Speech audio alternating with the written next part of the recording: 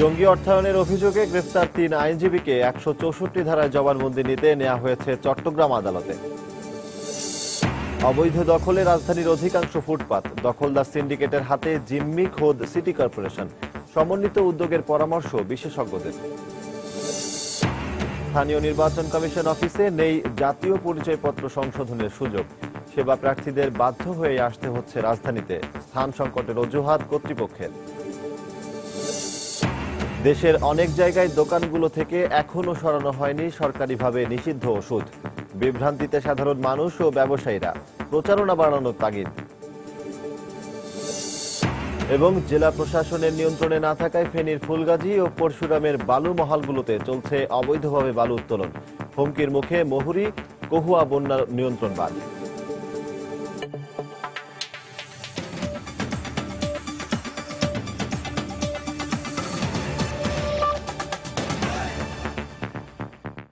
সময় সংবাদের সঙ্গে আছি আমি সজল দাস। জঙ্গি অর্থায়নের অভিযোগে গ্রেফতার ৩ আইনজীবীর ১৬৪ ধারা জবানবন্দি নিতে চট্টগ্রাম আদালতে নেওয়া হয়েছে। রিমান্ডের ২ দিনের মাথায় হাটহাজারী থানার মামলায় সকালে তাদের চট্টগ্রাম আদালতে নেওয়া হয়। আজকের জবানবন্দির মাধ্যমে জঙ্গি অর্থায়নের পেছনের মূল হোতা কারা তা বেরিয়ে আসতে পারে বলে জানিয়েছেন র্যাবের অধিনায়ক লেফটেন্যান্ট কর্নেল মিফতাউদ্দিন আহমেদ।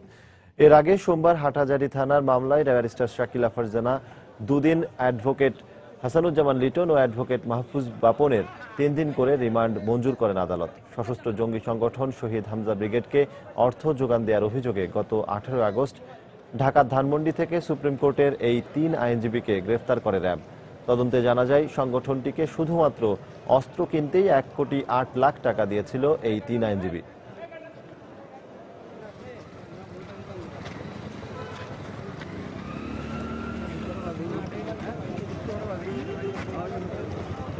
এই মুহূর্তে চট্টগ্রাম আদালতে আছেন আমাদের রিপোর্টার কমল দেব, সরাসরি চলে যাচ্ছে তার কাছে। কমল।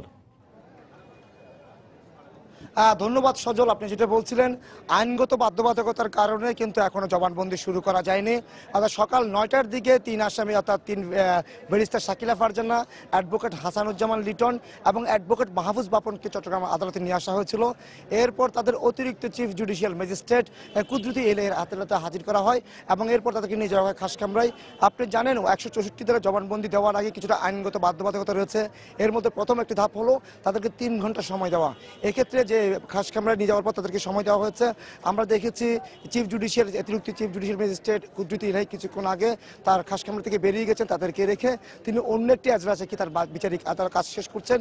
এরপর তিনি দুপুর ১টার দিকে এসে তাদেরকে তারা যদি ১৬৪ ধারা জবানবন্দিতে রাজি হয় তখন জবানবন্দিটি লিপিবদ্ধ করবেন। আমরা এই ব্যাপারে কথা বলেছিলাম র্যাবের অধিনায়ক লেফটেন্যান্ট কর্নেল মিফতাউদ্দিন আহমেদের সাথে। তিনি আমাদেরকে সকালে জানিয়েছেন ৩ আসামিকে তারা রিমান্ডে নিয়ে গিয়েছিলেন। এর মধ্যে ব্যারিস্টার শাকিলা ফারজানা ২ দিন এবং অন্য যে ২ আইনজীবী তাদের ৩ দিন ছিল। কিন্তু রিমান্ডের দ্বিতীয় দিনে সকালে তারা ১৬৪ ধারা জবানবন্দি দিতে রাজি হয়। এরপর তাদেরকে কোর্টে প্রেরণ করা হয়েছে। তিনি যেটা বলছেন যে হয়তো তারা এর আগে জবানবন্দি যেগুলো দিয়েছেন সেগুলিতে তারা বলেছেন যে আর্থিক লেনদেনের বিষয়টি তারা প্রকাশ করেছেন বলেছেন এবং একই সাথে তারা বলছেন যে হয়তো আজ তারা যারা মূল হোতা অর্থাৎ এই টাকা যারা ফাইন্যান্সিং করেছে তাদেরকে তাদের নাম বেরিয়ে আসবে এই জবানবন্দির প্রেক্ষিতে। অপরদিকে তার পরিবারের সদস্যরা তার সাথে কথা বলার জন্য অপেক্ষা করছেন, তার মা এবং তার অন্য আত্মীয় স্বজন, এবং তারা দাবি করছেন তাদের মেয়ে নির্দোষ, তাদের মেয়ে একজন আইনজীবী এবং আইনজীবী সে মক্কেলের টাকাটির মধ্যে তিনি নিয়ে তার পরবর্তী যেতে মামলা পরিচালনা করবেন না সে কারণে টাকাটি ফেরত দিয়েছিলেন। তবে র্যাব কর্মকর্তারা বলছেন তার অ্যাকাউন্টে শেষ পর্যন্ত যে ১,৮,০০,০০০ টাকা পাওয়া গেছে এর মধ্যে ১,৮,০০,০০০ টাকার মধ্যে প্রায় ৫২ লাখ টাকা দেওয়া হয়েছে ব্যারিস্টার শাকিলা ফারজানা নগদে। এবং এক্ষেত্রে তার আইনজীবীরা দাবি করছেন ব্যারিস্টার শাকিলা ফারজানা ব্যাংকের নিয়ম কানুন মেনে অর্থাৎ যে ফর্ম ফিল আপ করে স্বাক্ষর করে মূলত এই টাকাটা দিয়েছেন। কিন্তু এই টাকাটি যার অ্যাকাউন্টে দেওয়া হয়েছে সে মনিরুজ্জামান ডন। সে মনিরুজ্জামান ডন কিন্তু সশস্ত্র জঙ্গি সংগঠন শহীদ হামজা ব্রিগেডের পরিচালক হিসেবে পরিচিত রয়েছেন চট্টগ্রামের মধ্যে আইন শৃঙ্খলা বাহিনীর হাতে। এছাড়া গত ফেব্রুয়ারি মাস থেকে আজ পর্যন্ত যে ২৯ জন শহীদ হামজা ব্রিগেডের সদস্যকে গ্রেপ্তার করা হয়েছিল প্রতিজনে কিন্তু তারা যে আদালতে স্বীকারোক্তিমূলক জবানবন্দি দিয়েছে সেই জবানবন্দিতে কিন্তু তারা ব্যারিস্টার শাকিলা ফারজানা নাম প্রকাশ করেছে তাদের অর্থদাতা হিসেবে। সেই ব্যক্তিতে কিন্তু গত ১৮ আগস্ট রাতে শাকিলা ফারজানা এবং তার ২ আইনজীবীকে গ্রেপ্তার করা হয়েছিল এবং তাদেরকে প্রথম দফায় বাঁশখালী থানা মামলায় 4 দিনের রিমান্ড এবং সেখানে 164 ধারা জবানবন্দি, এবং দ্বিতীয় দফায় তাদেরকে আজ হাটহাজারী থানার মামলায় যে রিমান্ড শেষ হওয়ার পর তাদেরকে রিমান্ড শেষ না করেই তাদেরকে আজ 164 ধারা জবানবন্দি গ্রহণ করা হচ্ছে। এখন 3 জনে রয়েছেন মূলত অতিরিক্ত চিফ জুডিশিয়াল ম্যাজিস্ট্রেট কুদ্রিহি এলাহির খাসকামরায়, এবং আমরা যেটা জানতে পেরেছি অত দুপুর 1টার পর হয়তো এই জবানবন্দি গ্রহণ শুরু হবে। এখন পর্যন্ত আদালত থেকে চলে এসেছিল সর্বশেষ। সজল। জঙ্গি অর্থায়নের সহযোগিতার অভিযোগে আটক তিন আইনজীবীকে আদালতে হাজির করা হয়েছে। এ বিষয়ে জানাতে চট্টগ্রাম আদালত প্রাঙ্গণ থেকে আমাদের সাথে যোগ দিয়েছিলেন সহকর্মী কমল দে। প্রধানমন্ত্রী শেখ হাসিনার সঙ্গে দেখা করেছেন ঢাকায় নিযুক্ত মার্কিন রাষ্ট্রদূত মার্শিয়া স্টিফেন ব্লুম বার্নিকাট।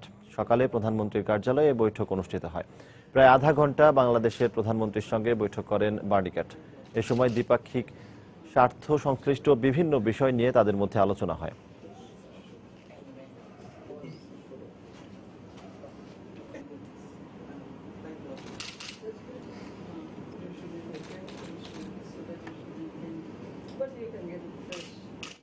রাজধানীতে চলছে ফুটপাত দখল করে দোকান বসানোর মহোৎসব।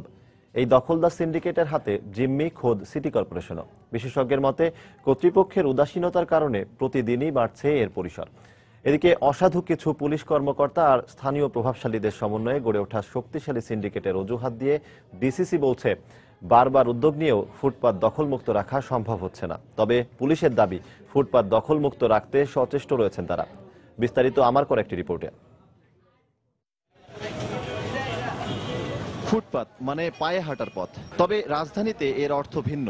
হাঁটার জায়গা অবৈধভাবে দখল করে বিভিন্ন পণ্যের পসরা সাজিয়ে বসেছেন দোকানিরা। অনেক ক্ষেত্রে এর পরিসর বেড়েছে ব্যস্ততম সড়ক পর্যন্ত। ফুটপাতগুলি মূলত মানুষের হাঁটার জন্যই তো, এটাতে কোনো দোকানপাট বা কোনো কিছু বসানোর জন্য নয়। পুলিশই তো ফুটপাত দখল করতে দিয়ে সুযোগ দিয়ে দেয়, নতুবা যদি পুলিশরা না দিত তাহলে তো ফুটপাতটা মানুষের জন্য থাকতো। এটা যদি রেগুলেট করতো বা এদের যদি একটা পুনর্বাসনের ব্যবস্থা করতো।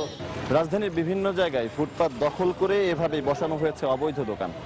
বারবার পদক্ষেপ নিয়েও ব্যর্থ হয়েছে যথাযথ কর্তৃপক্ষ। আর তাই পথচারীদের প্রশ্ন, এই দখলদারিত্বের হাত আইনের হাতের থেকেও শক্তিশালী কিনা।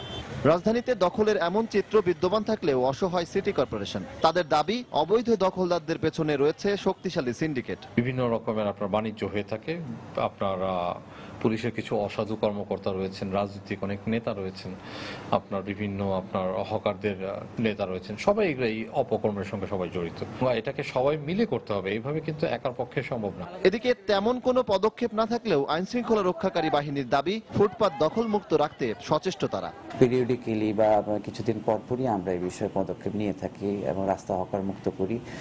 এই প্রচেষ্টা আমাদের অব্যাহত আছে। নগরীর ফুটপাত দখল মুক্তের তাগিদ দিয়ে বিশেষজ্ঞরা বলছেন, এক্ষেত্রে রাজনৈতিক সদিচ্ছার পাশাপাশি সব পক্ষের সমন্বিত উদ্যোগ প্রয়োজন। স্ট্র্যাটেজিক ট্রান্সপোর্ট প্ল্যানে priority of passengers walk on the footpath is number 1 priority. Footpath দখলে থাকা, এর থেকে আরেকটা ব্যবসা সৃষ্টি হওয়া, এই জিনিসগুলো কিন্তু এখন পরিষ্কার, ইটস এ ক্রিস্টাল ক্লিয়ার। এবং এর সাথে একমাত্র সমাধান হলো পলিটিক্যাল কমিটমেন্ট। প্রতিদিনই বাড়ছে দখলদারদের দৌরাত্ম্য। এতে পথচারীর সমস্যার পাশাপাশি বাড়ছে যানজটও। আর তাই ফুটপাত দখল মুক্ত করতে শিগগিরই পদক্ষেপ নেওয়ার তাগিদ সংশ্লিষ্টদের। সজল দাস, সময় সংবাদ, ঢাকা। জেলা ও উপজেলায় থাকা নির্বাচন কমিশন অফিস থেকে কাঙ্ক্ষিত সেবা না পাওয়ায় জাতীয় পরিচয়পত্র সংশোধন করাতে প্রতিদিনই দেশের বিভিন্ন প্রান্ত থেকে মানুষ এসে জড়ো হচ্ছে রাজধানীর আগারগাঁয়ে অবস্থিত ইসলামিক ফাউন্ডেশনে থাকা এনআইডি প্রকল্পের অস্থায়ী প্রধান কার্যালয়ে। তবে সেবা প্রত্যাশীদের অভিযোগ, নানা সমস্যার পাশাপাশি দূর দূরান্ত থেকে আসায় তাদের পোহাতে হচ্ছে বাড়তি ভোগান্তি। কেন্দ্রীয় ডেটাবেজের সঙ্গে সকল উপজেলার সংযোগ স্থাপন শেষ হলে এই সমস্যা কেটে যাবে বলে জানিয়েছেন এনআইডি প্রকল্প প্রধান। এ বিষয়ে সাইফুল রুদ্রের 2 পর্বের ধারাবাহিক রিপোর্টের আজ দেখুন শেষ পর্ব। ছবি তুলেছেন খলিলুর রহমান। অসুস্থ মাকে নিয়ে এসেছেন ভোটার তালিকার সংশোধন করতে, কারণ এনআইডি বিধি অনুযায়ী নিজে উপস্থিত থেকে তা করতে হয়। পাবনা চাটমোড় থানা থেকে বৃদ্ধ মা, তাকে নিয়ে রাতের ট্রেনে 12টার ট্রেনে উঠছি, ভোরবেলা নামছি, রাস্তায় 2 ঘন্টা জাম। আবার এখানে তো সিরিয়াল, এই সিরিয়াল থাকলে আজ আর হবে না, থাকার জায়গাও নেই। ভোটার তালিকার সংশোধনের জন্য দূর দূরান্ত থেকে আসার নানামুখী ভোগান্তি তুলে ধরলেন ভুক্তভোগীরা। যেহেতু আমি একটা গভর্নমেন্ট সার্ভিস করি, সেখানে আমার সময় ছুটি কম। যেহেতু আমি সেবা প্রতিষ্ঠানে থাকি, আমার দায়িত্ব বেশি। ইচ্ছা করলেই আমি ছুটি নিয়ে আসতে পারি না। চট্টগ্রাম থেকে আসছি, ভাগ্যনা থেকে। আমি প্রায় গত 8 মাস ধরে এখানে, আমার একটা ফর্ম ছিল, জাস্ট নামটা ভুল ছিল, এটা চেঞ্জ করার জন্য আসছি, কিন্তু 8 মাসে আমাকে প্রায় 5 বার আসতে হয়েছে। তার কাছে গেলাম নেই, তারা না এখন হইতো না, তুমি টাকা যাই আর যোগাযোগ করো। জেলা উপজেলায় যদি আপনি এগুলো পাঠাতেন তাহলে যার যে জেলা উপজেলাতে সাশ্রয় হয়ে যায়, তার মানে হয়রানিও কম হয়ে যায়। কিন্তু আমি একটার জন্য আজকে 6 মাস ধরে ঢাকায় 4 বার আসছি এখানে। পাশাপাশি তাদের অভিযোগ, সেবা প্রদানের দায়িত্ব এড়াতে অনেকেই সেবা প্রত্যাশীর কাছে নিজের পরিচয় লুকিয়েছেন। ফারহান আপা যিনি দায়িত্বে আছেন, দেখলাম উনি ঘুরে বেড়াচ্ছেন, ওনার কাউন্টারের সামনে কিন্তু সদের এক লোক দাঁড়ানো, ওনার সিগনেচারের অপেক্ষা। ওনাকে জিজ্ঞেস করছে ফারহান আপা কোথায় বসে, উনি বলতেছে দেখেন ওদিকে কোথাও আছে, কিন্তু উনি নিজে কিন্তু পারেন না। প্রকল্প পরিচালক জানান, জনবল বাড়িয়ে সেবা নিশ্চিত করার ইচ্ছে থাকলেও পর্যাপ্ত জায়গার অভাবে তা করা যাচ্ছে না। এটা একটা ভাড়া করা জায়গা, আমরা এবং ইসলামিক ফাউন্ডেশন বিল্ডিং এর এটা তো is not design for that. So আমরা ওটা কিন্তু একদম প্রপারলি আর্কিটেক্ট দিয়ে আমরা ডিজাইন করেই ওই বিল্ডিংটার মধ্যে আমরা এই কাজটা করেছি। আমরা আশা করছি আপনার 22 ডিসেম্বরের মধ্যে এটা চালু হয়ে যাওয়ার কথা। তো সেই ক্ষেত্রে আপনার আর হয়তো মানুষের এই কষ্টটুকু 2-3 মাস থাকবে। আমরা অনলাইন সেবা চালু করেছি। অনলাইনে করলে যে সুবিধাটা হবে সেটা হচ্ছে যে অনলাইনটা কিন্তু আমার সাথে সাথে ডিসপোজাল হয়ে যাচ্ছে। সব সমস্যা গুরুতর উল্লেখ করে প্রকল্প প্রধান আরো জানান, চলতি বছরের শেষের দিকে সেবা প্রত্যাশীদের অভিযোগ শূন্যের কোটায় নামিয়ে আনা সম্ভব হবে। আমার অসম্ভব প্রচেষ্টা হচ্ছে যে as short as possible, যত তাড়াতাড়ি সম্ভব। সাইফুল রুদ্র, সময় সংবাদ, ঢাকা। রাজধানীর কেরানীগঞ্জে 21 আগস্ট একই পরিবারের 5 জন দগ্ধের মধ্যে 7 বছরের এক শিশু মারা গেছে। সকালে ঢাকা মেডিকেল কলেজ হাসপাতালে চিকিৎসাধীন অবস্থায় শিশুটির মৃত্যু হয়। গত 21 আগস্ট রাজধানীর দক্ষিণ কেরানীগঞ্জে বৈদ্যুতিক শর্ট সার্কিট থেকে রাত 3টার দিকে ঘুমন্ত অবস্থায় অগ্নিদগ্ধ হন একই পরিবারের 5 জন সদস্য। পরিবারের 5 সদস্যের মধ্যে বাবা, মা, 2 ছেলে, 1 মেয়ে ছিলেন। আহতদের গুরুতর অবস্থায় ঢাকা মেডিকেল কলেজ হাসপাতালের বার্ন ইউনিটে ভর্তি করা হয়। দগ্ধ অবস্থায় তারা ঘর থেকে বের হয়ে আসতে পারলেও অতিবৃষ্টির কারণে হাসপাতালে আসতে তাদের পরদিন সকাল পর্যন্ত অপেক্ষা করতে হয় বলে জানিয়েছেন স্বজনরা। দেশের বিভিন্ন জায়গায় ওষুধের দোকানগুলো থেকে এখনও সরকারিভাবে নিষিদ্ধ ওষুধ অপসারণ করা হয়নি। টাকা ফেরত দিয়ে সংশ্লিষ্ট কোম্পানির মাধ্যমে ওষুধগুলো বাজার থেকে সরিয়ে নেওয়ার দাবি ব্যবসায়ীদের। পাশাপাশি সাধারণ মানুষের মধ্যে প্যারাসিটামল নিয়েও এক ধরনের বিভ্রান্তি তৈরি হয়েছে। এজন্য ব্যাপক প্রচারণা দরকার বলে মনে করছে খোদ স্বাস্থ্য বিভাগের কর্মকর্তা সহ ওষুধ বিক্রেতারা। ওবায়দুল ইসলামের ক্যামেরায় আরও জানাচ্ছেন হেদায়েতুল ইসলাম বাবু। সম্প্রতি ওষুধ প্রশাসন মানবদেহের জন্য ক্ষতিকর প্যারাসিটামল, পায়োগ্লিটাজন ও রসিগ্লিটাজন গ্রুপের ওষুধ নিষিদ্ধ ঘোষণা করে। তবে বাতিল করা হলেও গাইবান্ধায় ওষুধের দোকানগুলো থেকে এখনো ওষুধগুলো সরানো হয়নি। এমনকি নিষিদ্ধ ওষুধের ব্যাপারে এখনো স্পষ্ট নয় ব্যবসায়ীরা। তাদের দাবি, বিভিন্ন মাধ্যমে জানলেও সংশ্লিষ্ট কর্তৃপক্ষ লিখিতভাবে এখনো তাদেরকে কিছুই জানায়নি। এ অবস্থায় ব্যবসায়ীরা বলছেন, সংশ্লিষ্ট কোম্পানিগুলো টাকা ফেরত দিয়ে বাজার থেকে ওষুধগুলো অপসারণ না করলে তারা ক্ষতিগ্রস্ত হবেন। এখন পর্যন্ত আমাদের বিসিডিএস থেকে কোনো চিঠি টুটি দেয়নি, কিন্তু এটা এখনো আমাদের দোকান থেকে কোম্পানিটা কেউ উঠায়নি। এখনো আমাদের দোকানে এগুলা আছে, এগুলা এখনো আমাদের তো এখন না নিলে এটা তো একটা আমরা ক্ষতির সম্মুখীন হব। অন্যদিকে নিষিদ্ধ ওষুধের তালিকায় থাকা প্যারাসিটামল নিয়ে মানুষের মধ্যে এক ধরনের বিভ্রান্তি তৈরি হয়েছে। কেবল ডিএল মেথিওনিল যুক্ত প্যারাসিটামল নিষিদ্ধ করা হলেও প্রচারণা না থাকায় সাধারণ প্যারাসিটামল নিয়েও ওষুধ ক্রেতাদের মধ্যে এক ধরনের আতঙ্ক তৈরি হয়েছে। এখান থেকে দেখা গেল একটা প্যারাসিটামল ট্যাবলেট আমাকে দিল, এখন এইটা কোন কোম্পানির বাতিল এর সম্পর্কে আমরা তো বুঝতে পারতেছি না। মানুষকে সচেতন করা উচিত এবং ওষুধগুলো দ্রুত বাজার থেকে কিভাবে তুলে নেওয়া যায় সেই ব্যবস্থা সরকার জরুরিভাবে করবে বলে আমি আশা করি। এমন পরিস্থিতিতে জনসচেতনতা তৈরির জন্য ব্যাপক প্রচারণা প্রয়োজন বলে মনে করে কেমিস্ট অ্যান্ড ড্রাগিস্ট সমিতি ও স্বাস্থ্য বিভাগ। ইতিমধ্যে আমাদের গাইবান্ধা জেলার ঔষধ ব্যবসায়ী সমিতি তাদেরকে জানানো হয়েছে যে সমস্ত ঔষধগুলো নিষিদ্ধ করা হয়েছে মানবদেহের ক্ষতিকর, এই ওষুধগুলো অবিলম্বে তুলে নিতে হবে এবং তাদের ওই দামগুলো ফেরত দিতে হবে। মিথিওনিন যুক্ত প্যারাসিটামল বাজারে এখনো কিছু আছে এবং এগুলো বন্ধের জন্য আমাদের যেটা করণীয়, আমরা ডাক্তার সমাজকে নির্দেশ দিয়েছি যে তারা এই সমস্ত ওষুধ কোনো প্রেসক্রাইব করবে না। 2011 সালে অনুমোদন দেয়া হলেও পরীক্ষা নিরীক্ষার পর মানবদেহের জন্য ক্ষতিকর উপাদান থাকায় সম্প্রতি 51টি ওষুধ বাতিল করে ওষুধ প্রশাসন। হেদায়েতুল ইসলাম বাবু, সময় সংবাদ, গাইবান্ধা। সময় সংবাদ আরো থাকছে। ভোগান্তির অজুহাতে নির্দিষ্ট হারের পরিবর্তে প্যাকেজ ভ্যাটে আগ্রহী ব্যবসায়ীরা। কর ফাঁকি বন্ধে ইলেকট্রনিক ক্যাশ রেজিস্টারের কার্যকর ব্যবহারের উদ্যোগ এনবিআরের। এবং বাম্পার ফলন হলেও ছত্রাকের কারণে কলার কাঙ্ক্ষিত দাম পাচ্ছেন না টাঙ্গাইলের চাষিরা। সঠিক পদ্ধতিতে চাষ না করাকেই দায়ী করছে কৃষি বিভাগ। আবারও ভাঙনের মুখে পড়েছে পদ্মা সেতুর কনস্ট্রাকশন ইয়ার্ড। সকাল ৮টার দিকে দ্বিতীয় দফা ভাঙনে ২০ মিটার দীর্ঘ এলাকা নদীগর্ভে বিলীন হয়ে যায়। নির্মাণ কাজের সাথে সংশ্লিষ্ট একাধিক কর্মকর্তা জানান, নদীর পানি বৃদ্ধি এবং তীব্র স্রোতের কারণে সকালে মূল সেতুর কনস্ট্রাকশন ইয়ার্ডে ভাঙন শুরু হয়। নিমেষেই ইয়ার্ডের প্রায় ২০ মিটার এলাকা বিলীন হয়ে যায়। এর আগে রোববার ইয়ার্ডের একটি জেটি, রাস্তা এবং অস্থায়ী কংক্রিট প্ল্যান্ট বিলীন হয়ে যায়। এরপর বাঁশ ও বালুর বস্তা দিয়ে ভাঙন রোধের চেষ্টা চললেও আজ আবারও ভাঙন দেখা যায়।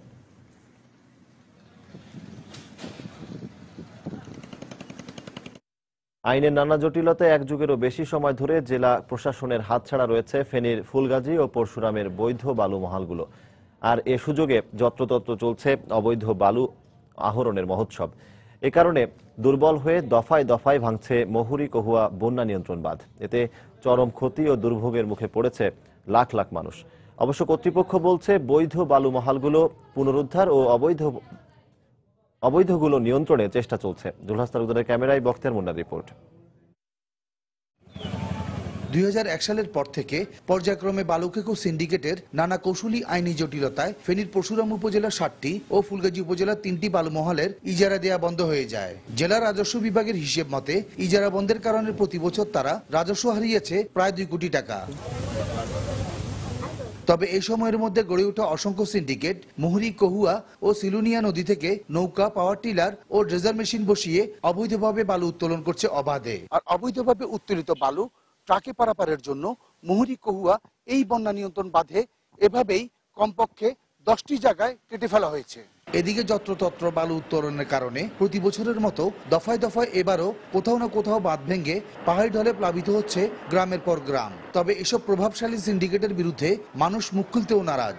নদীতে বালু থাকলে মনে করেন ৮-১০ হাজার বড় মেশিন উঠে। কারা তোলার আমরা যদি বলি তাহলে তো আমরা তো বিপদ, এটা প্রশাসনরা জানে কারা বালু তুলতে আছে। বালু তোলার কারণে ঢলে বাটটা ভাঙি যায়। পানি আইলে প্রেসারটা বেরিবানটা সহ্য হইতে না পারি, পানির লগে যে কোনো গান্ধী ভাঙি চলে যায়। ফেনীর পানি উন্নয়ন বোর্ডের এই কর্মকর্তা জানালেন, কর্তৃপক্ষকে জানানোর পরও ব্যবস্থা নেওয়া হয়নি। এই অবস্থা চলতে থাকলে বাঁধ রক্ষা সম্ভব নয়। 3টা নদীর ভিতর থেকে বিভিন্ন পয়েন্টে অবৈধভাবে বালু উত্তোলন হচ্ছে। এইভাবে যদি বালু কন্টিনিউ উত্তোলন করে তাহলে এই বাঁধ আর রক্ষা করা যাবে না। অন্যদিকে ফেনীর ভারপ্রাপ্ত জেলা প্রশাসক জানালেন, বালুমহলগুলো আবারও তাদের নিয়ন্ত্রণে নেওয়ার চেষ্টা হচ্ছে। নিয়ন্ত্রণ হলে অবৈধ উত্তোলন বন্ধ হয়ে যাবে। আমরা ইতিমধ্যে এগুলি ইজারা প্রদানের জন্য কার্যক্রম শুরু করেছি। যদি আমরা ইজারা প্রদান করতে পারি তাহলে সমস্ত বালি মহলগুলি আমাদের নিয়ন্ত্রণে চলে আসবে। সেই ক্ষেত্রে অবৈধ উপায়ে কেউ বালি উত্তোলন করার সম্ভাবনা আর থাকবে না। গত বছর থেকে এ পর্যন্ত অবৈধ বালু মহলগুলোতে 22টি অভিযান চালিয়ে ভ্রাম্যমাণ আদালত 1,55,500 টাকা জরিমানা ও 3 জনকে বিভিন্ন মেয়াদে কারাদণ্ড প্রদান করেছে। বাংলাদেশ বার কাউন্সিল নির্বাচনে ভোট গ্রহণ চলছে। সারা দেশের সব দেওয়ানি আদালতে সকাল 10টা থেকে একযোগে ভোট গ্রহণ শুরু হয়, চলবে বিকেল 5টা পর্যন্ত। এই মুহূর্তে হাইকোর্ট এলাকায় আছেন আমাদের রিপোর্টার আফজাল হোসেন। বিস্তারিত জানতে আমরা সরাসরি চলে যাচ্ছি সেখানে। আফজাল। সজল, বলা হয়ে থাকে যে বাংলাদেশ বার কাউন্সিলকে বলা হয়ে থাকে যে সারা দেশের যে আইনজীবীরা রয়েছেন, আমরা জানি যে সারা দেশে প্রায় 40,000 আইনজীবী রয়েছেন। সেই আইনজীবীদের অভিভাবক সংগঠন হিসেবে বাংলাদেশ বার কাউন্সিলকে উল্লেখ করা হয় এবং এই বাংলাদেশ বার কাউন্সিলের মাধ্যমে সমস্ত আইনজীবীরা তাদের যে পরীক্ষার মাধ্যমে মূলত সার্টিফিকেটগুলো নিয়ে থাকেন, অর্থাৎ আইনজীবী সনদ পেয়ে থাকেন। তো আজকে বাংলাদেশ বার কাউন্সিলের নির্বাচন হচ্ছে সকাল 10টা থেকে বিকেল 5টা পর্যন্ত এই নির্বাচন চলবে। এই নির্বাচনে মূলত যে বার কাউন্সিল নির্বাচনটি মূলত হয় 3 বছর পর পর। এই 3 বছর পরপরই মূলত 15টি পদ রয়েছে। 15টি পদের মধ্যে একটি পদ বাংলাদেশের সর্বোচ্চ আইন কর্মকর্তা অ্যাটর্নি জেনারেল, তিনি পদাধিকার বলে বার কাউন্সিলের সভাপতি নির্বাচিত হয়ে থাকেন এবং বাদবাকি যে 14টি পদ রয়েছে সেই 14টি পদই মূলত নির্বাচনের মাধ্যমে হয়ে থাকেন। তো আমরা আজকে বাংলাদেশ বার কাউন্সিলের নির্বাচনের আমরা খুব উৎসবমুখর পরিবেশ দেখছি। বিগত 3টি ধাপে অর্থাৎ 3টি তারিখ দেওয়া হয়েছিল বাংলাদেশ বার কাউন্সিল নির্বাচনের জন্য, কিন্তু হাইকোর্টের নির্দেশে সেই তারিখে নির্বাচন আসলে করা সম্ভব হয় নাই। ভোটার তালিকার কেন্দ্রিক কিছু ত্রুটি থাকার কারণে, অর্থাৎ দ্বিতীয় ভোটার আর তৃতীয় ভোটার সংক্রান্ত কিছু ভুল সংশোধনের কারণেই মূলত বাংলাদেশ বার কাউন্সিলের নির্বাচন এর আগে 3 বার মূলত পিছিয়ে যায়। তো আমরা যতটুকু জানতে পেরেছি যে এখন পর্যন্ত সারা দেশের 77টি কেন্দ্রে একযোগে সকাল 10টা থেকে ভোট গ্রহণ শুরু হয়েছে। সারা দেশের যে সমস্ত দেওয়ানি আদালত রয়েছে সেই দেওয়ানি আদালত প্রাঙ্গণে বুথ স্থাপন করে এই ভোট গ্রহণ চলছে। এই নির্বাচনে মূলত 4টি প্যানেল প্রতিদ্বন্দ্বিতা করছেন। আমরা যতটুকু জানতে পেরেছি যে আওয়ামী লীগ সমর্থিত সাদা প্যানেলে সম্মিলিত আইনজীবী সমন্বয় পরিষদের পক্ষ থেকে নির্বাচন করা হচ্ছে এবং বিএনপি জামাত সমর্থিত জাতীয়তাবাদী আইনজীবী ঐক্য পরিষদ থেকে নির্বাচন করছেন বিএনপি জামাত সমর্থক আইনজীবীরা। এছাড়া আরও 2টি প্রার্থী রয়েছেন জাতীয়তাবাদী আইনজীবী ঐক্য পরিষদ এবং ঐক্য ফ্রন্ট নামে আরও 2টি প্যানেল রয়েছেন। তো আমরা যতটুকু দেখেছি যে সকাল 10টা থেকে যে নির্বাচন শুরু হয়েছে মোটামুটি শান্তিপূর্ণভাবে ভোট গ্রহণ চলছে। আইনজীবীদের মধ্যে এক ধরনের উৎসাহ উদ্দীপনা কাজ করছে এবং বিকেল 5টার পরেই সারা দেশ থেকে যখন ভোটগুলো আসবে এরপরেই মূলত নির্বাচনের ফলাফল ঘোষণা করা হবে। তো সজল, এই ছিল সুপ্রিম কোর্ট প্রাঙ্গণে বাংলাদেশ বার কাউন্সিল নির্বাচনের সর্বশেষ খবর। সজল, বাংলাদেশ বার কাউন্সিলের আজ নির্বাচন অনুষ্ঠিত হচ্ছে এ বিষয়ে জানাতে সুপ্রিম কোর্ট প্রাঙ্গণ থেকে আমাদের সাথে যোগ দিয়েছিলেন সহকর্মী আফজাল হোসেন। টানা 3 দিন দাম বাড়ার পর রাজধানীর পাইকারি বাজারে কিছুটা কমেছে পেঁয়াজের দাম। পাইকাররা বলছেন দেশি পেঁয়াজের সরবরাহ কিছুটা বেড়ে যাওয়ায় দাম আরও কমার সম্ভাবনা রয়েছে। আর মঙ্গলবার থেকে ভারতের পেঁয়াজ আমদানিতে টন প্রতি $275 বাড়তি গুনতে হলেও ব্যবসায়ীরা বলছেন দেশের বাজারে তার প্রভাব পড়তে কয়েকদিন সময় লাগবে। চলতি সপ্তাহের শুরু থেকেই দেশের বাজারে বাড়তে থাকে পেঁয়াজের দাম। 3 দিনের ব্যবধানে কেজিতে 30 টাকা পর্যন্ত দাম বেড়ে যায় নিত্য প্রয়োজনীয় এই পণ্যের। তবে মঙ্গলবার রাজধানীর কারওয়ান বাজারে 5 টাকা কমে দেশি পেঁয়াজ প্রতি কেজি 75 থেকে 80 আর আমদানি করা পেঁয়াজ বিক্রি হয় 70 থেকে 75 টাকায়। শ্যামবাজারে সে দাম নেমে দাঁড়ায় 65 থেকে 68 টাকায়। শিগগিরই দাম বাড়ার আশঙ্কা নেই বলেও জানালেন ব্যবসায়ীরা। গত 2 দিনে মার্কেটে আমদানি কম ছিল, এই জন্য হঠাৎ করে বাজার 7-8 টাকা বৃদ্ধি পেয়েছিল। 75, 74, 76 পর্যন্ত বিক্রি হয়েছে। উপস্থিত যে মাল আমাদের মার্কেটে আছে আল্লাহর রহমতে স্বাভাবিকভাবে বাজারে সপ্তাহ চলবে, কোনো সমস্যা হবে না। এরই মধ্যে পেঁয়াজ রপ্তানিতে নিরুৎসাহিত করতে হঠাৎ করে দাম বাড়িয়েছে ভারত সরকার। এতে প্রতি কেজিতে 21 টাকা বেশি গুনতে হলেও দেশের বাজারে এর প্রভাব পড়তে কয়েকদিন লাগবে বলে জানালেন আমদানিকারকরা। এখন যারা এলসি করতেছে এদের তো রেট বেশি, আগে যারা করছে তাদের কম ছিল। এখন এই এলসির মাধ্যমে যদি সবাই মাল নিয়ে আসে তাহলে ওই মালটা তো আপনার বেশি রেট পড়বে।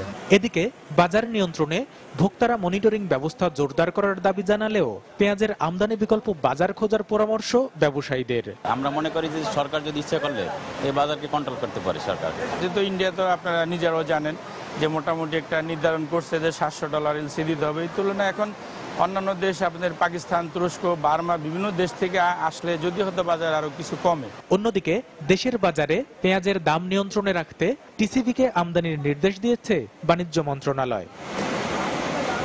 কামরুল হাসান সবুজ, সময় সংবাদ, ঢাকা।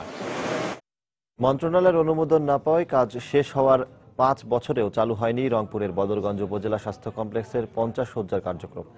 প্রয়োজনীয় অবকাঠামো নির্মাণ ও মূল্যবান যন্ত্রপাতি কেনা হলেও জনবল নিয়োগ আর ওষুধ বরাদ্দ দেয়া হয়নি এখনো।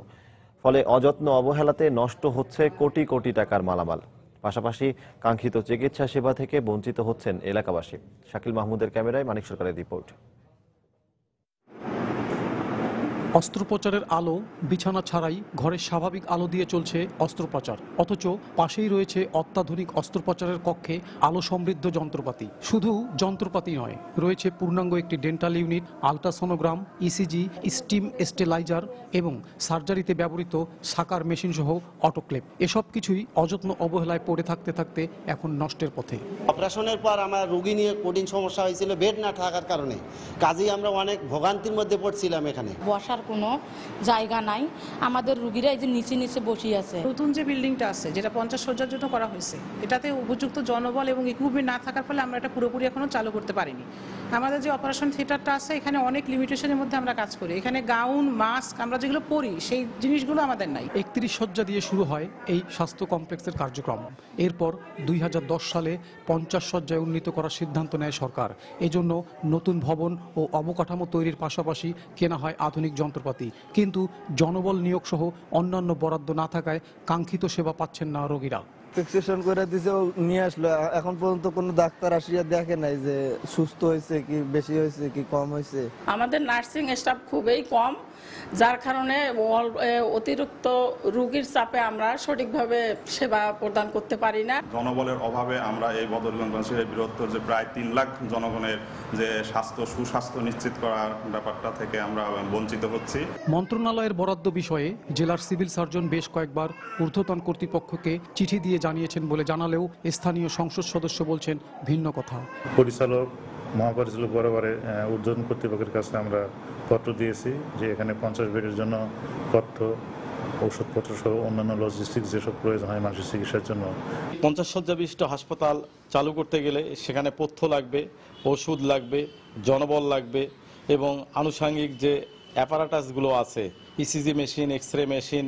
তো আমরা ইতিমধ্যেই সরকার এই হাসপাতালে ECG machine, X ray machine, ultrasonogram machine সমস্ত যে সরঞ্জামাদি এখানে পৌঁছিয়েছে। 31 শয্যার এই হাসপাতালটিতে বর্তমানে প্রতিদিন 60 থেকে 70 জন রোগী চিকিৎসা নেয়। মানিক সরকার, সময় সংবাদ, রংপুর। ইলেকট্রনিক ক্যাশ রেজিস্টার বা ইসিআর এর মাধ্যমে ভ্যাট আদায়ের কথা থাকলেও সব ক্ষেত্রে তা কার্যকর করতে পারছে না এনবিআর। আর এই সুযোগে বাৎসরিক বিক্রির পরিমাণ কম দেখিয়ে নির্দিষ্ট হারের পরিবর্তে প্যাকেজ ভ্যাট আদায়ে বেশি আগ্রহ ব্যবসায়ীদের। যুক্তি হিসেবে তারা বলছেন, বছরে 2 থেকে 4 ভাগ হারে কর দিতে হলে নানা ভোগান্তিতে পড়তে হবে তাদেরকে। আর এনবিআর এর বক্তব্য, নির্দিষ্ট হারের কর ফাঁকি দিতেই এই অজুহাত। সাজিদ রাজুর রিপোর্ট। সুপার শপ বা বড় বিপণী বিতানগুলোতে ইলেকট্রনিক ক্যাশ রেজিস্টার বা ইসিআর যন্ত্রের মাধ্যমে আদায় করা হয় মূল্য সংযোজন কর বা ভ্যাট। তবে সব ক্ষেত্রে ইসিআর কার্যকর করতে না পারায় মাঝারি ও ছোট দোকানীদের জন্য রয়েছে বছরে নির্দিষ্ট অঙ্কের ভ্যাট বা প্যাকেজ ভ্যাট আদায়ের সুযোগ। নিয়ম অনুযায়ী বছরে মূল্য সংযোজনের পরিমাণ 70,000 টাকার বেশি হলে 2 থেকে 4 ভাগ হারে ভ্যাট পরিশোধ করবেন ব্যবসায়ীরা, আর এর কম হলে আদায় করবেন প্যাকেজ সুবিধা। তবে অভিযোগ উঠেছে, বাৎসরিক এই অর্থের পরিমাণ কম দেখিয়ে প্যাকেজ ভ্যাট পরিশোধে আগ্রহী বেশিরভাগ ব্যবসায়ী, আর নিজেদের পক্ষে যুক্তিও কম নয় তাদের। বছরের ফার্স্ট কোয়ার্টারে আমরা ওই সারা বছরের ভ্যাটটা পেমেন্ট করে দিতাম, সারা বছর আর কোনো হেডেক নাই। এখন প্রত্যেক মাসে হিসাব করে ভ্যাট দাও। একজন বাড়তি কর্মচারী নেওয়া হবে, অ্যাকাউন্টেন্ট, উনি হিসাব কিতাব করবেন, এই করবেন সেই করবেন, তো একটা বাড়তি ঝামেলা দিয়ে দেওয়া হলো না। যদি এটা 4% হিসাব করেন তাহলে কিন্তু ম্যান পাওয়ার অনেক লাগবে, কতটুকু সততার সহিত এটা কালেক্ট হবে এইটারও একটা প্রশ্নবিদ্ধ হবে। দেখা যাবে যে অনেক অফিসাররা ইন্টারেস্টেড হয়ে ওই 4%-এর জন্য ওই দোকান মালিককে এইরকম কথা বলতেছে, আপনার সেইল এত, এটা সেইল এত, ভলিউম এত, কাগজ এই না, এই না, এগুলিতে কিছুটা ব্যবসায়ীরা হয়রানি হবে। তবে জাতীয় রাজস্ব বোর্ড এনবিআর বলছে এসবই রাজস্ব ফাঁকির অজুহাত। মূলত আপনাকে যারা কথা বলেছে তারা কিন্তু এই 70,000 টাকার বেশি মূল্য সংযোজন করেন, অথচ 4% তার ট্যাক্সের দায় আছে, তিনি তা দিচ্ছেন না। তারা কিন্তু সেই সুযোগ নিচ্ছেন in the name of package VAT. এবং আমরা যখন ওটাকে কার্যকর করতে যাব তখন সেখানে সমিতি আছে, হয়রানি, নিপীড়ন, এসব কথা বলে অন্যভাবে এই স্রোতটাকে প্রবাহিত করার চেষ্টা করবে। ভ্যাট আসলে কনজাম্পশন ট্যাক্স, তিনি 4% দিবেন, 4% দিবেন, তাতে আমি জানি না কোথায় ক্ষতিটা। ভ্যাট ফাঁকি রোধে রাজধানীর অভিজাত ও বড় শপিং মলগুলোতে খুব দ্রুত ইসিআর মেশিনের সাহায্যে কেনাবেচা নিশ্চিত করার প্রক্রিয়াও শুরু করা হয়েছে বলেও জানানো হয় এনবিআর এর পক্ষ থেকে। ইসিআর মেশিন অবশ্যই বসাতে হবে। সাজিদ রাজু, সময় সংবাদ, ঢাকা। টাঙ্গাইলে কলার বাম্পার ফলন হয়েছে এবার, তবে গত কয়েকদিনের টানা বৃষ্টিতে কলায় ছত্রাক আক্রমণে কাঙ্ক্ষিত দাম পাচ্ছেন না চাষিরা। এতে লোকসান আতঙ্কে আছেন তারা। অবশ্য কৃষি বিভাগের দাবি, সঠিক পদ্ধতিতে কলার চাষ না করায় চাষিরা ক্ষতির সম্মুখীন হচ্ছেন। কাদের তালুকদারের তথ্য ও রাশেদ খানের ছবি নিয়ে ডেস্ক রিপোর্ট। সবুজ পাতায় ঢাকা চোখ জুড়ানো সারি সারি কলা গাছই বলে দেয় ব্যাপক ফলনের কথা। আবহাওয়া অনুকূলে থাকায় এবছর চিনি চম্পা, চম্পা, অমৃতসাগর সহ বেশ কয়েকটি জাতের কলা চাষ হয়েছে। আর থরে থরে ঝুলে থাকা কলার কাঁদিতে লাভবান হওয়ার স্বপ্ন দেখছিলেন চাষিরা। কিন্তু গত কদিনের টানা বৃষ্টিতে ছত্রাকের আক্রমণে দাগ বসে গেছে কলার গায়ে। এ কারণে যোগান থাকার পরও ন্যায্য দাম পাচ্ছেন না কলা চাষিরা। এতে উৎপাদন খরচ ওঠানো নিয়েই চিন্তিত তারা। ভালো ফলন পাইছি, ফলন পাওয়ার পরে বাজারে নিয়ে এই টাকা পাইছি না। কলা নষ্ট হয়ে যায়, ওই দীর্ঘদিন রাখা যায় না, সময় মতো বাড়তি করে উঠাতে পারি না। কলা সব একবারে পানি টেনে বেজে ভাইরাস ঢুকিয়া একবারে নামছে কলা। গরম আবার বৃষ্টি দুটা মিলা কলা ভাইরাস ধরার কারণে যে কলা পাকে। আমরা আজকে কাটি 100, কালকে যদি বাগানে অতিরিক্ত 200 পাইকে গেছে। এদিকে বৃষ্টির কারণে কলার মান খারাপ হওয়ায় পাইকারদের আগ্রহ কমে গেছে। কলা 200 টাকা করে বিক্রি করি, ওটা মনে হয় বিক্রি করার কাছে 50 টাকা 100 টাকা, তাতে মনে হয় এই তারিখে মনে হয় বিশাল ধরা। মেডিসিন দিয়ে নষ্ট হয়ে যাচ্ছে, তো ফল চলে না, নিলে ফল সমান আমরা তো ফালা পড়ছে জায়গা। অন্যদিকে পরামর্শ দেওয়ার পরও সঠিক পদ্ধতিতে কলা চাষ না করায় চাষিরা ক্ষতির সম্মুখীন হচ্ছেন বলে দাবি কৃষি কর্মকর্তার। কলাতে কিন্তু প্রচুর সার দিতে হয়, বিশেষ করে রোপণের সময়। তা আরেকটা কারণ হলো যে বৃষ্টি বাদল অনেক সময় হয়ে একসঙ্গে হয়ে যায়, তখন গাছগুলো ভেঙে যায়। এই কারণে তাদের একসঙ্গে পাড়তে হয় কলাগুলা। কলা চাষি যারা আছেন তাদেরকে সহযোগিতা করতে হবে। তা আমি মনে করি যে টাঙ্গাইল যেটা যদি গ্যাপ কোনো থাকে সেটা কিন্তু এখন আর থাকবে না। এবছর জেলায় 7,000 হেক্টর জমিতে 1,20,000 মেট্রিক টন কলা উৎপাদনের লক্ষ্যমাত্রা নির্ধারণ করেছে কৃষি বিভাগ। সময় সংবাদ, টাঙ্গাইল।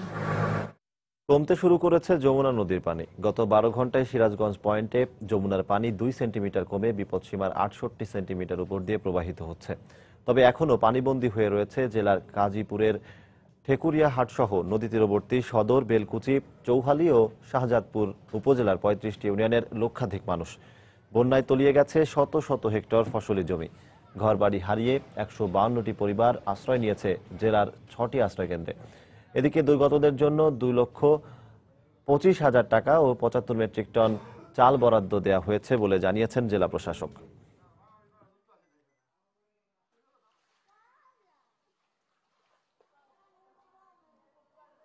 বাথরুম তলে গেছে, বিছনা তলে গেছে, সব তলে গেছে। আমরা বাদের উপর চলছি, আমরা খাবার পাইতেছি না, কুলেঘর তুলে এত মাইছে বাদের উপর থাকবে দিতে চায় না। টিউবওয়েল তলায় গেছে, আমরাও টিউবওয়েলের পানি খেতে পারতেছি না। বাচ্চা কাচ্চার জ্বর ঠান্ডা লেগে গেছে, হাত পায়ে ঘাও হয়ে গেছে। 75 মেট্রিক টন চাল আমরা বরাদ্দ দিয়েছি এবং 2.5 লক্ষ টাকা আমরা বরাদ্দ দিয়েছি। এছাড়া medical team, medical health kit এগুলো আমরা ব্যবস্থা করছি এবং শিক্ষার জন্য যে প্রয়োজনীয় ব্যবস্থা, যে স্কুলে পানি উঠেছে পাশে স্কুলে সেখানে ক্লাস নেওয়ার ব্যবস্থা করা হয়েছে। বান্দরবানের থানচির বড় মদক এলাকায় আরাকান আর্মির সঙ্গে বিজিবির সংঘর্ষে নায়েক জাকির হোসেন আহত হয়েছেন। এরই মধ্যে ঘটনাস্থলে অতিরিক্ত সেনা ও বিজিবির সদস্য পাঠানো হয়েছে। এই বিষয়ে আমরা এখন সরাসরি টেলিফোনে কথা বলবো বান্দরবান প্রতিনিধি এস বাসু দাসের সঙ্গে। বাসু, এই বিষয়ে আপনার কাছে সবশেষ কি তথ্য আছে? সজল, মূলত মায়ানমারের সমস্ত সন্ত্রাসী গ্রুপ আরাকান বাহিনী সকালে 13টি ঘোড়া নিয়ে যাচ্ছিল। তো ঘোড়াগুলো স্থানীয় বিজিবি সদস্যরা ঘোড়াগুলো আটক করে। মূলত এই ঘটনার জের ধরেই আরাকান আর্মি এবং বিজিবির মধ্যে গোলাগুলি শুরু হয়। এই সময় বিজিবির নায়ক জাকির আহত হয়। তো আমরা শেষ খবর পাওয়া পর্যন্ত জানতে পেরেছি সেটা হচ্ছে আরাকান আর্মি এবং বিজিবির মধ্যে ব্যাপক গোলাগুলি হচ্ছে থানচির দুর্গম এলাকায় মূলত বড় মদকে। এবং আমরা স্থানীয় মাধ্যমে এমনও শুনেছি বিজিবির একটি ক্যাম্প ঘেরাও করে রেখেছে আরাকান আর্মির সদস্যরা। তারপর এই ঘটনার পরে প্রশাসন এবং বিজিবি সেনাবাহিনীর সদস্যরা দ্রুত ব্যবস্থা গ্রহণের জন্য বান্দরবানে আলীকদম জোন থেকে হেলিকপ্টার যোগে সৈনিকদের পাঠানো হয়। এই হচ্ছে আমার কাছে বর্তমান পাওয়া খবর। বাসু, আপনাকে ধন্যবাদ। দর্শক, বান্দরবানের থানচির বড় মদক এলাকায় আরাকান আর্মির সঙ্গে বিজিবির সংঘর্ষে নায়েক জাকির হোসেন আহত হয়েছেন। এ বিষয়ে জানতে বান্দরবান থেকে সরাসরি টেলিফোনে কথা বলছিলাম আমাদের সহকর্মী বাসু দাসের সঙ্গে। আজ ফুলবাড়ি ট্র্যাজেডি দিবস। দিনাজপুরের ফুলবাড়িতে এই দিনে উন্মুক্ত পদ্ধতিতে কয়লা খনি প্রকল্প বাতিল, এশিয়া এনার্জিকে ফুলবাড়ি থেকে প্রত্যাহার সহ 6 দফা দাবিতে আন্দোলনকারীদের উপর পুলিশ ও তৎকালীন বিডিআরের গুলিতে প্রাণ হারান 3 জন। এই ঘটনায় আহত হয় শতাধিক মানুষ। উন্মুক্ত পদ্ধতিতে কয়লা উত্তোলনের বিরোধী ফুলবাড়িবাসী আজও প্রতিরোধের চেতনায় উদ্দীপ্ত। 2006 সালের 26 আগস্ট উন্মুক্ত পদ্ধতিতে কয়লা খনি প্রকল্প বাতিল, জাতীয় সম্পদ রক্ষা এবং বিদেশি কোম্পানি এশিয়া এনার্জিকে ফুলবাড়ি থেকে অপসারণের দাবিতে ফুলবাড়ির ঢাকা মোড়ে জমায়েত হয় হাজার হাজার মানুষ। পুলিশ বিডিআরের ব্যারিকেড ভেঙে মানুষের এই ঢল সামনের দিকে এগোতে চাইলে বাধা দেয় পুলিশ। এ সময় পুলিশ ও বিডিআরের নির্বিচার গুলি ও টিয়ার শেলে ঘটনাস্থলে নিহত হয় 3 জন। এতে আহত হন আরও শতাধিক আন্দোলনকারী।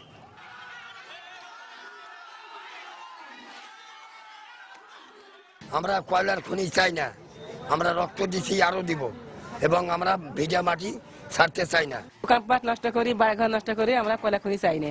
এই কয়লা খনি হলে এই অঞ্চলের মানুষ, আমরা সহ যারা এই অঞ্চলে বসবাস করি, তাদের জন্য একটি ভূমিহীন মানুষ হয়ে পড়বো আমরা। দেশের বাইরের খবর। প্রাণঘাতী মার্স ভাইরাস প্রতিরোধে চলতি বছরের হজ মৌসুমে উট কোরবানিতে নিষেধাজ্ঞা জারির পরিকল্পনা করছে সৌদি আরব।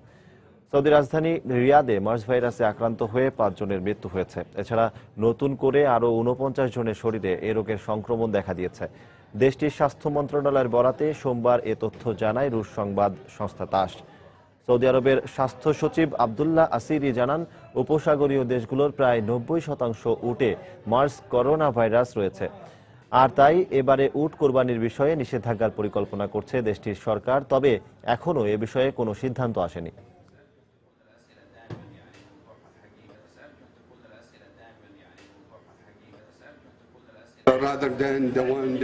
এসব উটের মাংস খাওয়ার পর মানুষের মধ্যেও এই ভাইরাস মহামারী আকারে ছড়িয়ে পড়তে পারে। তাই আমরা সরকারিভাবে উট জবাই নিষিদ্ধের কথা ভাবছি। খেলার খবর। মালয়েশিয়ার বিপক্ষে প্রীতি ম্যাচ আর অস্ট্রেলিয়ার বিপক্ষে বিশ্বকাপ বাছাইয়ের ম্যাচ খেলতে 27 আগস্ট দেশ ছাড়বে বাংলাদেশ জাতীয় ফুটবল দল। ফিফা র্যাঙ্কিংয়ে বাংলাদেশের চেয়ে 109 ধাপ এগিয়ে থাকা অস্ট্রেলিয়ার বিপক্ষে ম্যাচের আগে মালয়েশিয়ার বিপক্ষে ভালো খেলে নিজেদের প্রস্তুতিটা সেরে নিতে চায় মামুনুলরা। ভয় নয়, ভাবনায় নিজেদের সেরাটা উজাড় করে দেওয়ার প্রত্যয়। মঙ্গলবার বাফুফে ভবনে সংবাদ সম্মেলনে এমনটা জানিয়েছেন জাতীয় দলের কোচ ও ফুটবলাররা। রাশিয়া বিশ্বকাপ বাছাইয়ের ম্যাচে 3 সেপ্টেম্বর এশিয়ার সেরা দল অস্ট্রেলিয়ার মুখোমুখি হবে বাংলাদেশ জাতীয় ফুটবল দল। র্যাঙ্কিংয়ের বিচারে অসম শক্তির দু দলের ফুটবলীয় লড়াই, কারণ 170-এ থাকা বাংলাদেশের চেয়ে ঢের এগিয়ে ফিফা র্যাঙ্কিংয়ের 61তম দলটি। তবে হিসেব নিকেশ দেখে ভীত হওয়া নয়, সকারুসদের বিপক্ষে চমকপ্রদ কিছু করার উচ্চাশা মামুনুলদের কণ্ঠে। কেউ অ্যাফ্রেড না, কেউ ভীত না যে আমি যাব, আমরা এত সবার একটাই টার্গেট যে আমরা আমাদের যদি বেস্ট ম্যাচ খেলতে পারি, যে আমরা যদি তাদেরকে গোল করতে না পারি, দিতে না সুযোগ না দিই, এবং আমরা আমাদের যদি কাউন্টার অ্যাটাকের যেটা যে আমরা যদি পারফেক্টলি কাউন্টার অ্যাটাক যদি ভালোভাবে পারফেক্টলি করতে পারি, ইনশাল্লাহ আমরা ওখান থেকে কামব্যাক করে আসতে পারবো। এবং সব প্লেয়াররা 100%-এর বেশি বেস্ট ম্যাচ দিতে হবে সবার। মানে বলতে গেলে আমার লাইফের সবচেয়ে বেস্ট ম্যাচটা আমার ওই দিন খেলতে হবে। বিশ্বের বড় বড় লিগগুলোতে খেলার অভিজ্ঞতা আছে অস্ট্রেলিয়ার অনেক ফুটবলারের, তাই বর্তমান এশিয়া কাপ চ্যাম্পিয়ন দলটির বিপক্ষে জয়ের ভাবনাটাও যে দুঃসাহস তা ভালোই জানা আছে দেশের ফুটবলের প্রতিনিধিদের। তাই টিম কাহিল জেডিনাকদের খেলার ধরন বিশ্লেষণ করে কৌশল সাজাতে চায় ডি ক্রুইফের শিষ্যরা। তবে ফলাফল যাই হোক, নিজেদের দুর্বলতাগুলো কাটিয়ে উঠে সেরা পারফরমেন্স দেওয়ার আশ্বাস কোচদের। বাংলাদেশের চেয়ে অস্ট্রেলিয়া অনেক বেশি এগিয়ে থাকা দল, তবে 90 মিনিটের ম্যাচে যে কোনো কিছুই ঘটতে পারে। তাছাড়া ওদের মতো শক্তিশালী দলের বিপক্ষে ম্যাচ থেকে ছেলেরা অভিজ্ঞতা অর্জন করতে পারবে। সেট পিস ও রক্ষণের দুর্বলতা কাটিয়ে উঠতেও আমরা অনেক কাজ করেছি। মালয়েশিয়ার বিপক্ষে প্রীতি ম্যাচে ভালো খেলে বিশ্বকাপ বাছাইয়ের জন্য নিজেদের চূড়ান্তভাবে প্রস্তুত করতে চাই। গোলকিপিং নিয়ে ছেলেদের অনেক পরামর্শ দিয়েছি। বাংলাদেশে প্রতিভাবান গোলরক্ষক আছে, আমাদের দায়িত্ব ওদের ভালো প্রশিক্ষণ দিয়ে তৈরি করা। কয়েক সপ্তাহ ধরে ওদের অনুশীলন করিয়েছি, ওরাও পেশাদারিত্বের পরিচয় দিয়েছে। অস্ট্রেলিয়ার বিপক্ষে ম্যাচের আগে 29 আগস্ট মালয়েশিয়ার বিপক্ষে প্রীতি ম্যাচে মাঠে নামবে বাংলাদেশ। সকারুসদের মুখোমুখি হওয়ার আগে এই ম্যাচটি মামুনুল তকলিসদের জন্য শেষ আন্তর্জাতিক ম্যাচ। তাই বঙ্গবন্ধু গোল্ড কাপের চ্যাম্পিয়নদের সাথেই বিশ্বকাপ বাছাইয়ের প্রস্তুতিটা ভালোভাবে সেরে নিতে চায় লাল সবুজের প্রতিনিধিরা। মাকসুম আলম খান, সময় সংবাদ, ঢাকা। এ পর্যায়ে শীর্ষ সংবাদ জানিয়ে দিচ্ছে আরেকবার। জঙ্গি অর্থায়নের অভিযোগে গ্রেফতার 3 আইনজীবীকে 164 ধারা জবানবন্দি নিতে নেওয়া হয়েছে চট্টগ্রাম আদালতে। অবৈধ দখলে রাজধানীর অধিকাংশ ফুটপাত, দখলদার সিন্ডিকেটের হাতে জিম্মি খোদ সিটি কর্পোরেশন। সমন্বিত উদ্যোগের পরামর্শ বিশেষজ্ঞদের। স্থানীয় নির্বাচন কমিশন অফিসে নেই জাতীয় পরিচয়পত্র সংশোধনের সুযোগ। সেবা প্রার্থীদের বাধ্য হয়ে আসতে হচ্ছে রাজধানীতে, স্থান সংকটের অজুহাত কর্তৃপক্ষের। দেশের অনেক জায়গায় দোকানগুলো থেকে এখনো সরানো হয়নি সরকারিভাবে নিষিদ্ধ ওষুধ। বিভ্রান্তিতে সাধারণ মানুষ ও ব্যবসায়ীরা, প্রচারণা বাড়ানোর তাগিদ। এবং জেলা প্রশাসনের নিয়ন্ত্রণে না থাকায় ফেনীর ফুলগাজী ও পরশুরামের বালু মহালগুলোতে চলছে অবৈধভাবে বালু উত্তোলন। হুমকির মুখে মহুরী কহুয়া বন্যা নিয়ন্ত্রণ বাঁধ। এই ছিল এখনকার মতো। যে কোনো খবর পেতে ভিজিট করুন সময়নিউজ.tv। যে কোনো বাংলা লিংক, রবি ও সিটিসেল নম্বর থেকে সময় সংবাদের খবর, অনুষ্ঠান সম্পর্কে জানতে এবং যে কোনো তথ্য সময় সংবাদকে জানাতে ডায়াল করুন 16242 নম্বরে। এছাড়া এই মাত্র পাওয়া খবর আপনার মোবাইলে পেতে SMS করুন *SN লিখে পাঠিয়ে দিন 16242 নম্বরে। সঙ্গে থাকুন সময়ের।